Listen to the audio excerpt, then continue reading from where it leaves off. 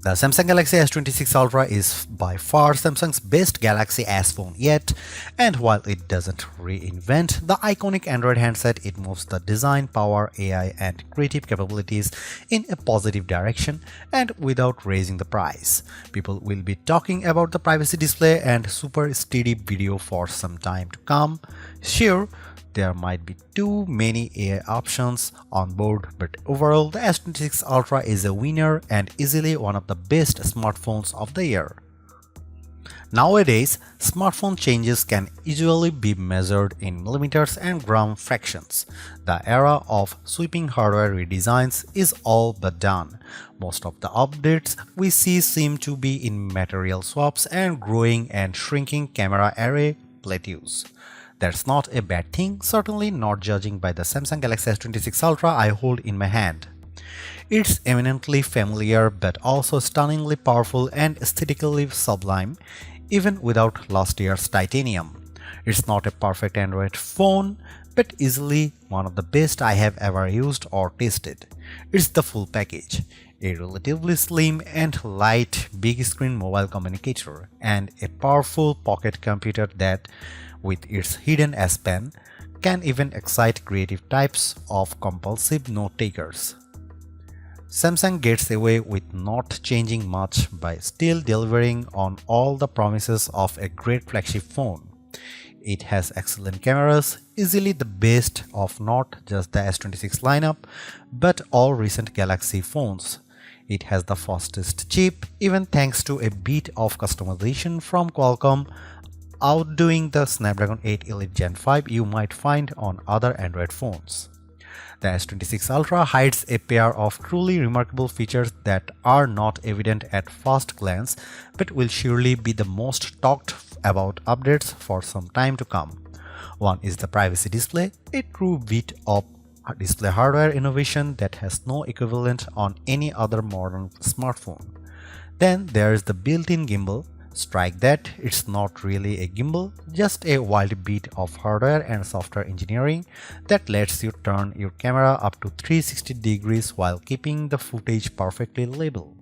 It's a handset overstuffed with AI possibilities, adding this time perplexity to Bixby and upping the creative and assistive capabilities of Galaxy AI. Google uses the S26 Ultra to give us a sneak preview of the agentic possibilities soon arriving on Pixels and all other supporting Android phones. The list of AI abilities is long, overwhelming, and perhaps too much. It's not a weakness per se, but I still don't know why one phone has so many. But then you also might wonder why the iPhone 17 Pro Max still has so few. Samsung backs up the power and performance of this smartphone with way better heat and power management and excellent battery life. And to top it all off, it's still $1,299 US. That's not affordable, but it is the same price as last year, which is more than can be said for the Galaxy S26 and S26 Plus. There is not enough here to trade in your still wonderful S25 Ultra, but it would be a big leap from say the S23 Ultra or anything earlier, and will undoubtedly end up atop our best Android phones buying guide. Samsung unveiled the Galaxy S26 Ultra along with the S26 Plus and S26 on February 25 as part of its Unpacked event. It ships on March 11, 2026. While the Galaxy S26 and S26 Plus saw price hikes, the Galaxy S26 Ultra still cost the same in the US as the Galaxy S25 Ultra did last year, $1,299 US. It's available in a choice of 6 colors wherever you buy: cobalt violet, sky blue, black, white, and the online exclusives silver shadow and pink gold. The phone ships in either 256GB, 512GB or 1TB storage configurations, and every variant comes with 12GB of RAM, 16GB of RAM if you buy the 1TB model. If you go for more storage space, you will pay somewhat more than did you last year. In the US, the 1TB model is now $1,799 US, roughly $140 more than the last year. The Galaxy S26 Ultra is still a little more expensive than the base iPhone 17 Pro Max, and both do start with 256GB of storage and offer comparable features. However, the S26 Ultra does include the integrated S Pen and all of that onboard AI. For now, the Galaxy S26 Ultra might be the better value. Leading from the rear, the Samsung Galaxy S25 Edge has had significant influence on the look of the entire Galaxy S26 lineup. Now here is this more evident perhaps than in the new Galaxy S26 Ultra. At a glance, the 6.9-inch S26 Ultra looks a lot like the S25 Ultra, but if that new raised camera array looks familiar, it's because it's clearly based on the S25 Edge's two-camera platform. The platform makes sense when you realize the S26 Ultra is slightly thinner and lighter than its predecessor. The S26 Ultra has a slightly softer and more pleasing look thanks to the four corners adopting a more curved profile. Samsung also swapped out a key material, trading titanium for armor aluminum. Honestly, it's not something most people will notice, and I wonder if it helped Samsung save a little money on production costs.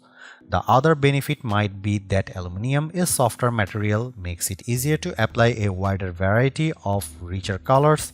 My cobalt violet review unit is lovely, but I would have liked to see a few wilder hue swings like deep green or orange. As you would expect, the screen is protected by Corning Gorilla Glass Armor 2 and the back by Gorilla Glass Victus 2. These materials should help protect it from scratches and cracks. Beyond those updates and changes, nothing has changed. The power or sleep or Gemini button and long volume button are in essentially the exact same spots. There are a pair of microphone holes along the top edge. On the base are the SIM slot, speaker slot, and USB-C charge port. Next to that trio is the S Pen. You press it to release the pen, which looks quite similar to the last S Pen but is in fact slightly thinner. I didn't find that it made any noticeable difference in usability. The entire phone is still rated IP68, which means it can handle a rain shower and dust. Think about the design this way. If you liked the looks of the S25 Ultra, you'll probably like the S26 Ultra. Sure, the camera bump grew, but it is generally an attractive, big screen Android smartphone with fresh colors to attract those who found the titanium hues wanting. Samsung left its 6.9-inch dynamic AMOLED display mostly unchanged. It still offers up to 3120 by 1440 QHD plus resolution. It has the same brightness and ability to smoothly transition from 1 Hz for a sleep screen to the buttery smooth motion of 120 Hz. There is still a selfie camera cutout near the top of the display and a very thin channel between the frame and the screen for one of the loud and clear stereo speakers. The marquee feature, and one that is in fact unique among smartphones, is the privacy display. As the name implies, this feature adjusts the screen so that people standing on either side of you, behind you, or even in front of you cannot read what is on your display.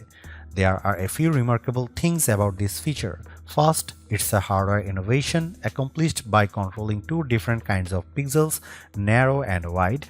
These pixels are set in every other pixel pattern, wide, narrow, wide, narrow. In standard mode, both pixels are on, providing a 180-degree view of your S26 Ultra screen. In privacy display mode, the white pixels turn off, and then anyone off axis only sees a grayed out or nearly black screen unless their face is perpendicular to the S26 Ultra display. Here is the other remarkable thing. Because this is a pixel level, the privacy display can be set only hide a portion of a screen. Think notification pop-ups, password, and PIN entry. You can access display privacy through settings or the quick panel. On there, it lets you turn it on for the whole screen or set conditions, PIN, pattern, password, and notification pop-ups. I turned on privacy display and could immediately see it at work. First, I noticed that my own screen view looked slightly desaturated. Second, the default privacy display mode isn't that effective, and I could still make out the dimmed content even when viewing the screen from an angle. To really see the magic, you have to turn on maximum privacy protection. Once I did that, my screen looked almost black from an off angle, and the same was true when I set it for conditions like only blacking out my notification pop-ups. The third and perhaps best privacy display feature is that you can enable it on a per app basis. Imagine you don't want anyone see what your TikTok or Instagram algorithm looks like. Just turn on privacy display for those apps, and whenever you use them, they will only be visible to you. I set it up for my TikTok and Instagram, and it worked perfectly. This is the kind of feature I expect competitors like Apple, OnePlus, Motorola, and others to copy in short order. Privacy display will change the equation when deciding which S26 is right for you, and could tip the scales in Samsung's favor when considering a platform switch.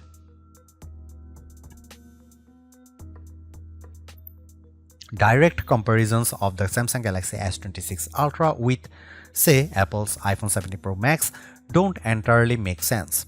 After all, only one of them has shipped with an integrated S Pen since the Galaxy S22 Ultra. As an amateur artist, I love having the S Pen always on hand, perfectly hidden inside a powerful Android 16 smartphone. The latest S Pen looks a lot like the last one, but it is slightly thinner and the back end is now curved to match the curve of its S26 Ultra housing. In use, this S Pen is just as useful as its predecessors. It's a great implement for note-taking, marking up images, creating rough sketches for AI image generation, and making art. It recognizes pressure and orientation. There is even a button on the side that in the Sketchbook app gives you instant access to an eraser. The S26 Ultra is also aware of the S Pen, and if it's been outside the phone and not used for a while, the phone will ask you if you have your S Pen.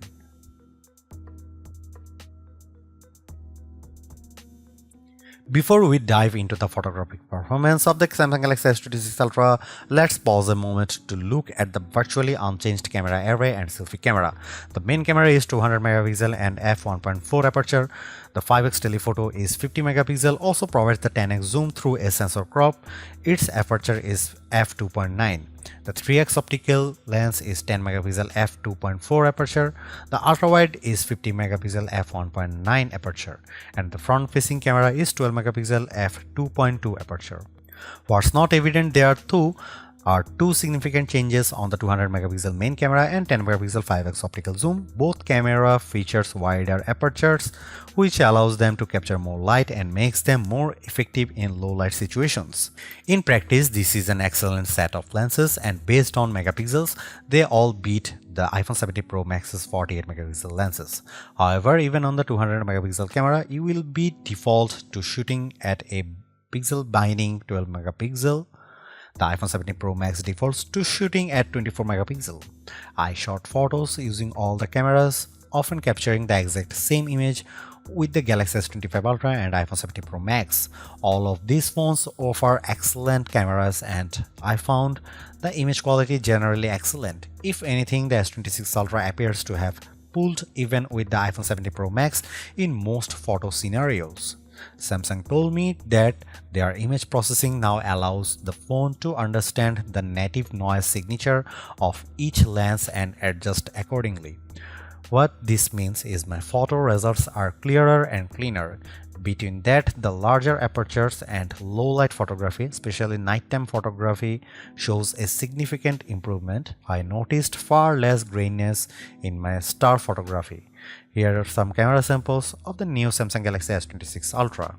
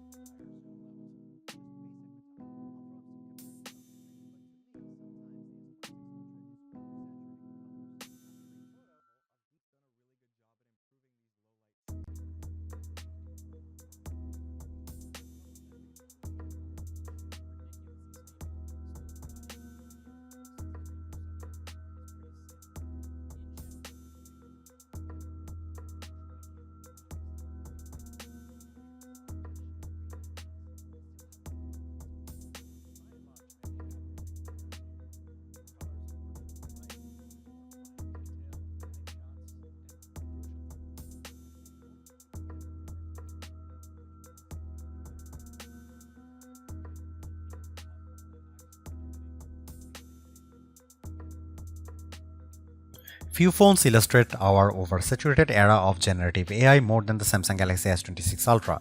It has Bixby, Perplexity, Samsung Galaxy AI, and of course Google Gemini. Each has a role, some multiple roles, and there can be some overlap. Samsung's long-term goal is for people to see this as an AI phone but not think very much about which AI got you where. Basically, the phone will get smarter over time, especially as its agentic capabilities grow and start to proactively do your bidding.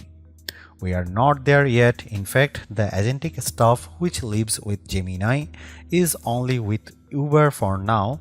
You are supposed to able to ask Gemini to book you an Uber ride and it will run off in the background.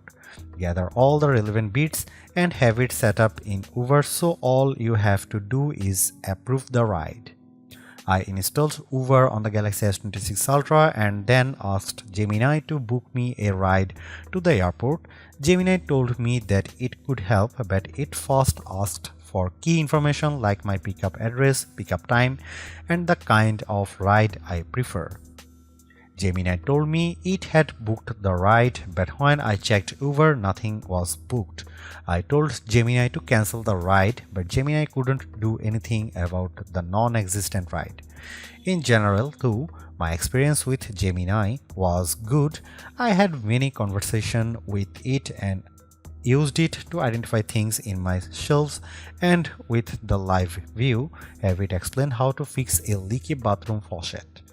It's far from foolproof and has yet to learn how to pronounce my last name. Gemini on the S26 Ultra is also showcase for what's coming to other Android smartphones that can support the generative platform. For example, the phone supports Circle to Search's new Find the Look capabilities. This lets you circle someone's whole outfit in an image and Gemini will find all the clothing. Samsung's own Galaxy AI is already a powerful and pervasive generative AI platform on the Galaxy S phone line. However, it now has some features. I used it, for example, to make a simple cartoon sketch of my face and then transform it into a more polished comic, which I then used to generate stickers that I can now send to friends over messages. Galaxy AI's photo editing capabilities are very strong. I grabbed an apple, put it on a table and took a photo. Then I asked Google AI to take a slice out of the apple and put the slice next to the apple. After a few seconds, it compiled and the results look real. When I had it take another AI shot at the photo, I noticed that the slice and the cutout on the apple didn't match up quite as neatly as they did on the first generated shot.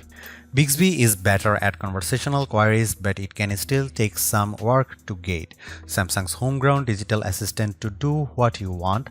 I asked it to change the aspect ratio on my photos to 16:9, but had to repeat myself a few times to make it understand. Saying 16:9 did the trick. For questions that do not relate to the phone, Bixby now has Perplexity AI. If you ask, as I did, about the capital of Montana, Bixby won't hesitate but will tap directly into Perplexity in the cloud to get the answer. You'll notice that the result has a little Perplexity logo on it. The Samsung Galaxy S26 Ultra has a collection of Now features, including Now Brief, which shows up as a home screen widget, Now Bar for adaptive reminders, and the new Now Nudge, which can give you contextual reminders and information where and when you need it.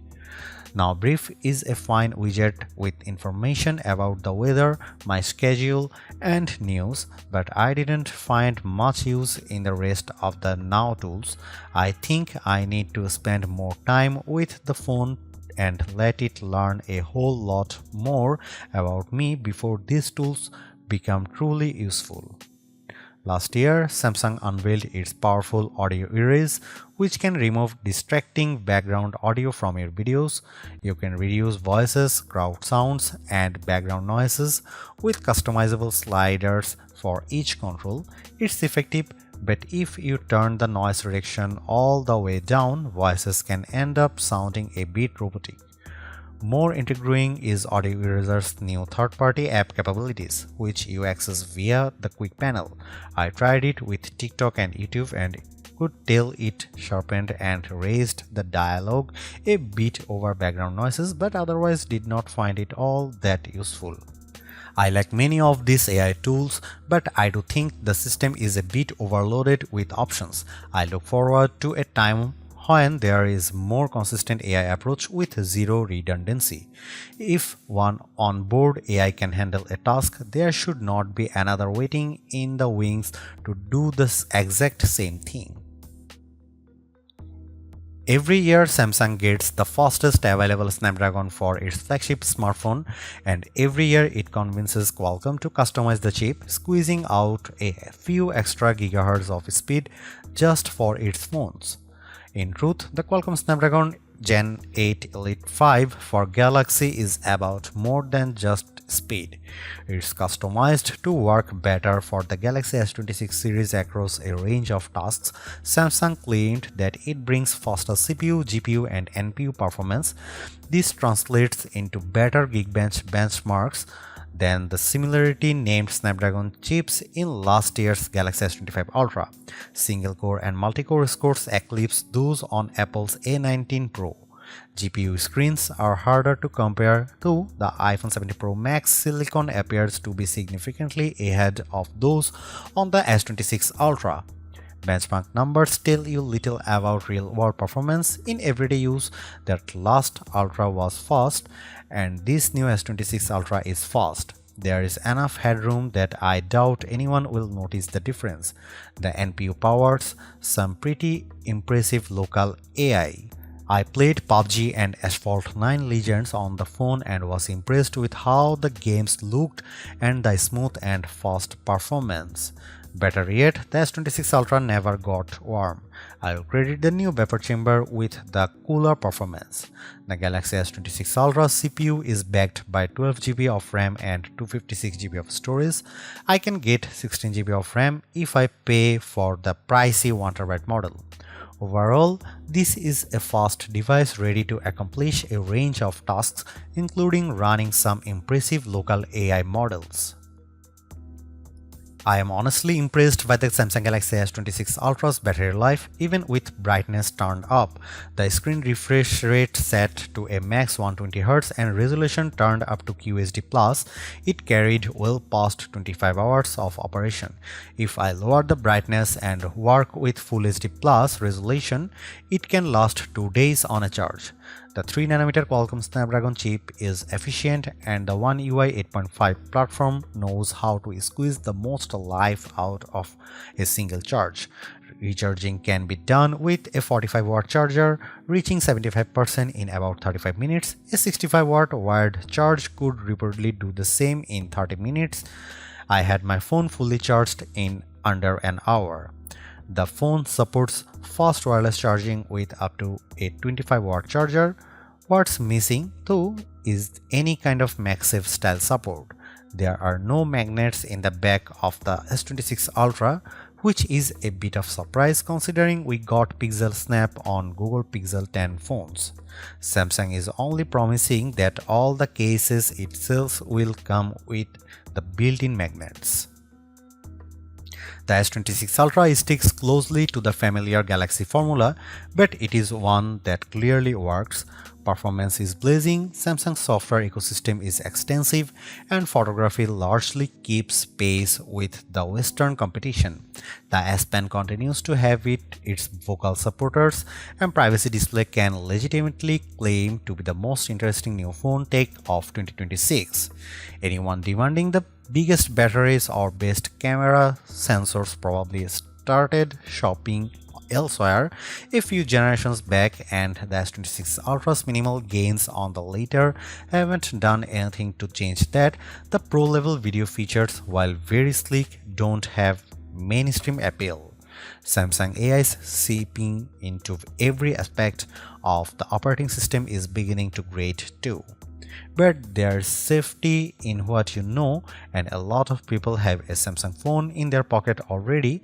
Spec snobs may not like it, but this is almost certainly the flagship Android phone for the majority of US and European buyers.